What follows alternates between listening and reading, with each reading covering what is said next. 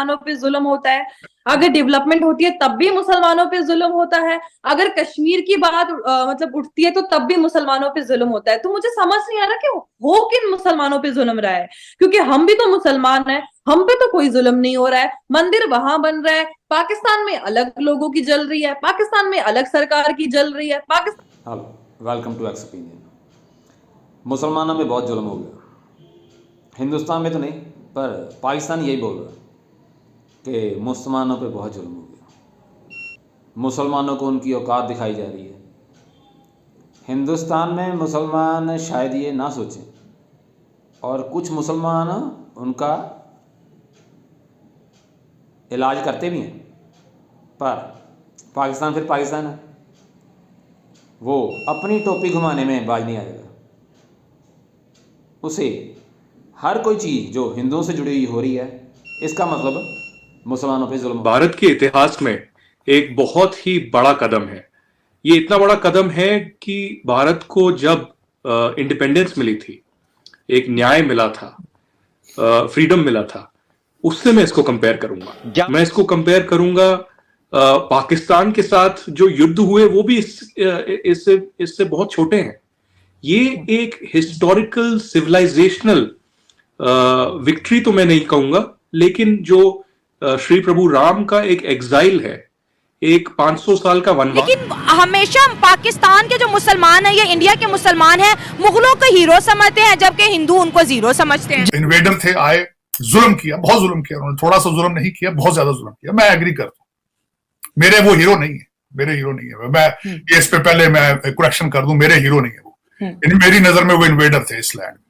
ये पाकिस्तान की जल तो रही है, ऊपर से जो मर्जी बोले।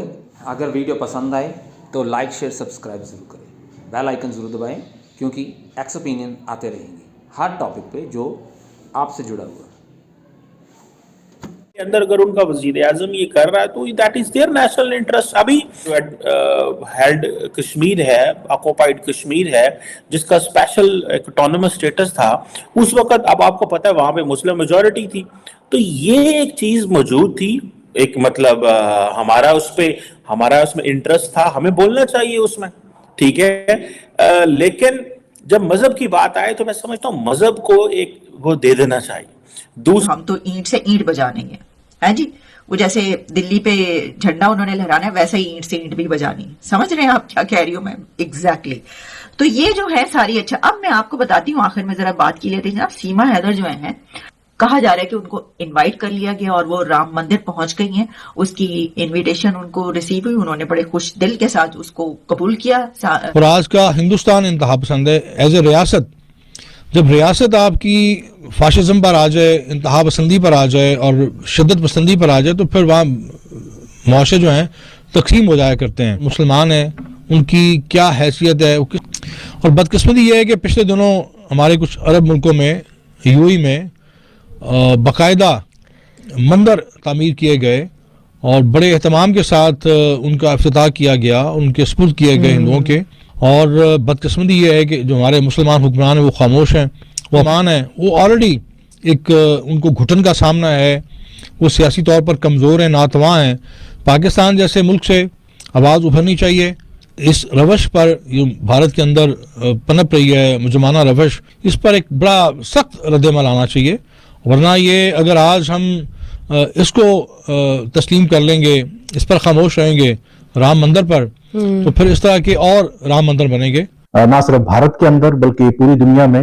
This is one of the headlines कि आज भारत के वज़ीर आज़म नरेंद्र मोदी ने बाकायदा तौर पर उत्तर प्रदेश के तारीखी शहर अयोध्या में राम मंदिर का इफ्तिताह किया है। जी हाँ, ये राम मंदिर ऐन उसी जगह पर तामीर किया गया है जहां पर 6 दिसंबर 1992 तक तारीखी बाबरी मस्जिद जो है हुआ करती थी, जिसको जो हिंदू इंतहा पसंद हैं उन्होंने दिसंबर 1992 को मस्मार कर दिया था। और 550 साल के बाद 22 जनवरी को राम मंदिर का इफ्तिताह होने जा रहा है। ये राम मंदिर उसी जगह पर बनाया गया है जहां पर पहले बाबरी मस्जिद हुआ करती थी।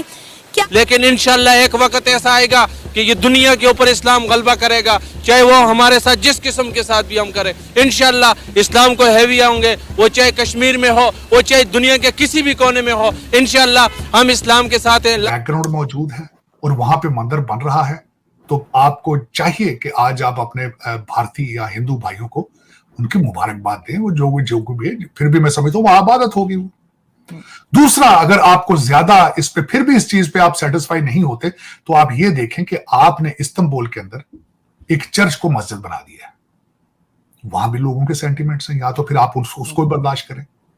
फिर मैं आपको ये बताऊंगा कि आप सिंध के अंदर जिसको एक लफ्ज इस्तेमाल किया जाता है हिंदू बरादरी, लेकिन आप उसको बरादरी का लफ्ज खत्म कर देते हैं, बरादरी आप नहीं समझते उनको, आप उनके साथ क्या सलूक करते हैं। और इस पे ज्यादा ज्यादा जज्बाती होने की जरूरत नहीं है। It was a mandir there proven by the court of law, तो उस पे आप बर्दाश्त करें और उसको सेलिब्रेट करें उनके साथ। You are living there, we have been living